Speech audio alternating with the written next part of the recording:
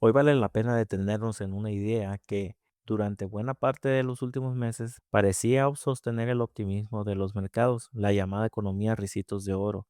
Ese concepto describe un entorno en el que la economía no crece demasiado rápido como para disparar la inflación, pero tampoco tan lento como para encender temores de recesión. En otras palabras, es un punto medio que los inversionistas suelen considerar ideal: crecimiento moderado, inflación contenida y condiciones financieras relativamente estables. Sin embargo, ese escenario luce cada vez más frágil. La advertencia reciente de JP Morgan apunta justamente a eso: la posibilidad de que el conflicto en Irán se convierta en un choque energético capaz de alterar el comportamiento de la inflación, de las tasas de interés y de crecimiento global. No se trata solamente de una lectura geopolítica, se trata de reconocer que la energía sigue siendo una variable central para la economía mundial. Cuando el petróleo sube con fuerza, no solo cambia el precio del combustible, también cambian los costos de transporte, manufactura, logística, fertilizantes, alimentos y en general de una gran parte de la cadena de producción. Ese es el punto de fondo. La inflación impulsada por energía tiene una capacidad de propagación muy amplia. Puede comenzar en un insumo específico y terminar afectando prácticamente todo el sistema de precios. Por eso la advertencia de Jamie Dimon y del equipo económico de JP Morgan no debe interpretarse como una exageración aislada, sino como una señal de que el entorno macroeconómico está entrando en una fase más compleja. La economía de ricitos de oro en la práctica depende de dos condiciones: que la demanda no se acelere demasiado y que los precios permanezcan bajo control.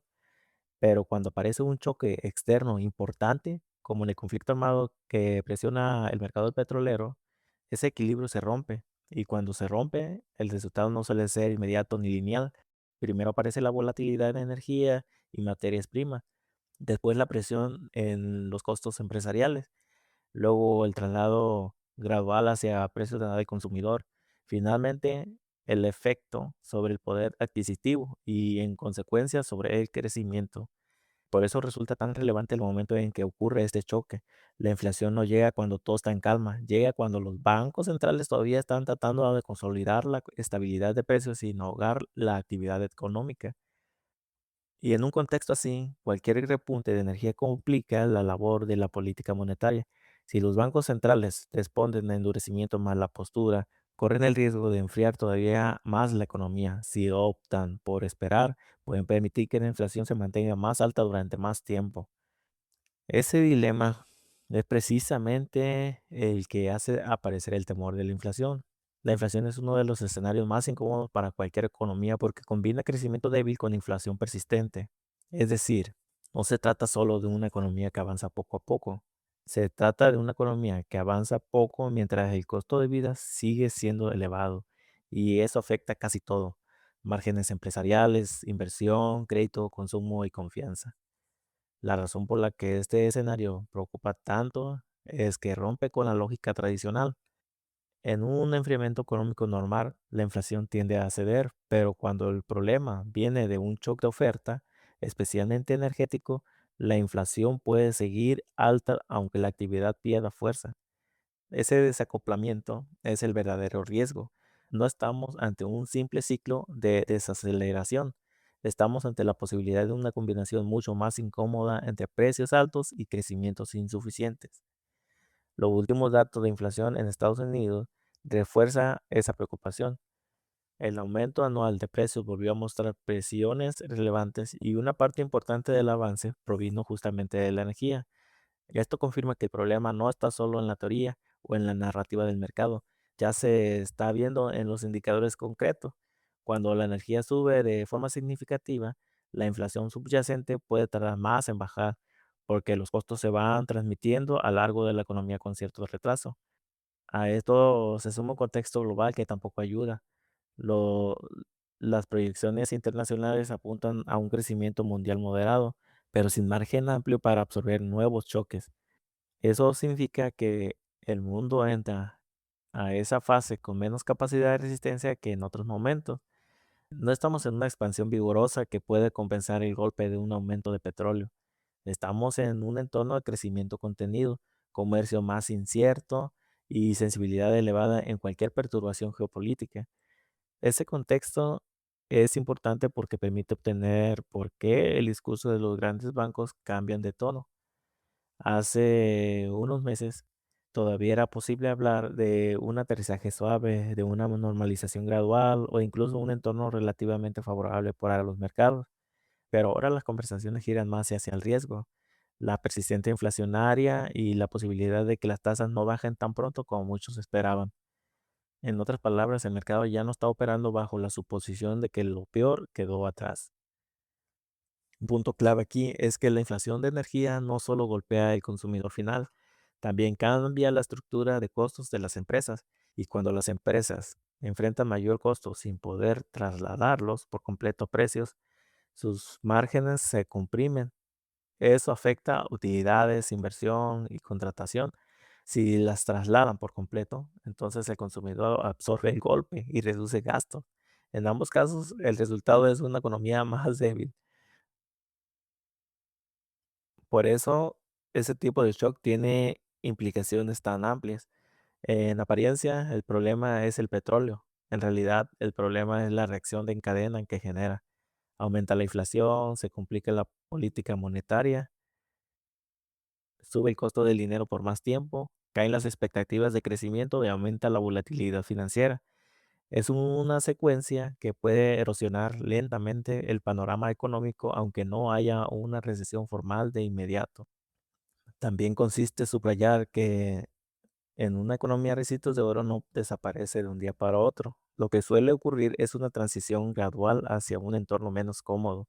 Primero se revisan las previsiones, después se ajustan las tasas implícitas del mercado, más adelante se corrigen las expectativas de utilidad corporativa y finalmente cambia la narrativa dominante, de estabilidad moderada a incertidumbre estructural.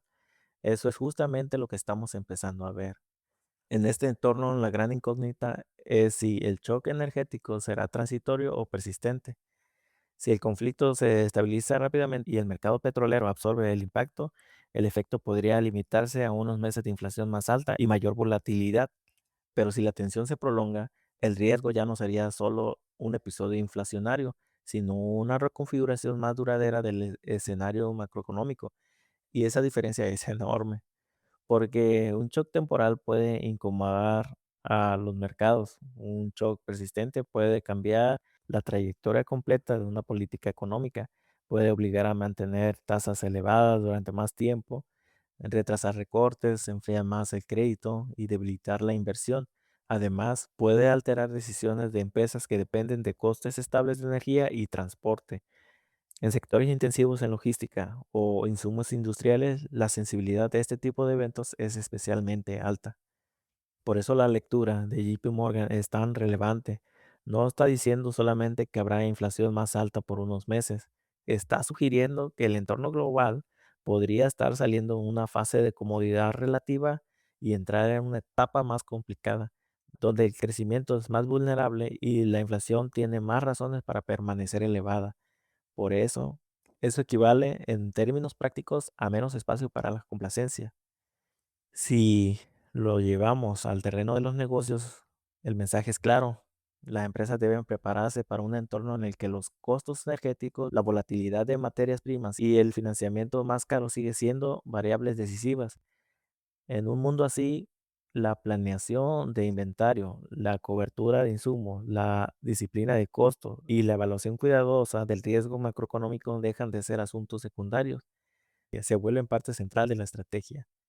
Desde la óptica del consumidor, el efecto también es directo. La inflación no solo reduce poder de compra, también cambia hábitos de gastos, prioriza necesidades básicas y vuelve más difícil sostener niveles de consumo real. Y cuando el consumidor se vuelve más cauteloso, ese comportamiento termina llegando al comercio, a los servicios y a la inversión privada. En síntesis, la gran historia aquí no es únicamente una advertencia sobre Irán, ni siquiera solo una advertencia sobre el petróleo. La historia de fondo es que el mundo parece estar saliendo de un entorno relativamente benigno y entrando a otro más vulnerable, donde la estabilidad de precios es menos segura y el crecimiento es más difícil de sostener. La economía Ricitos de Oro, si todavía existe, hoy luce mucho más expuesta que antes. Y en ese sentido, el concepto más importante para seguir de aquí en adelante no es solo inflación, ni solo crecimiento, ni solo tasas. Es la combinación de los tres.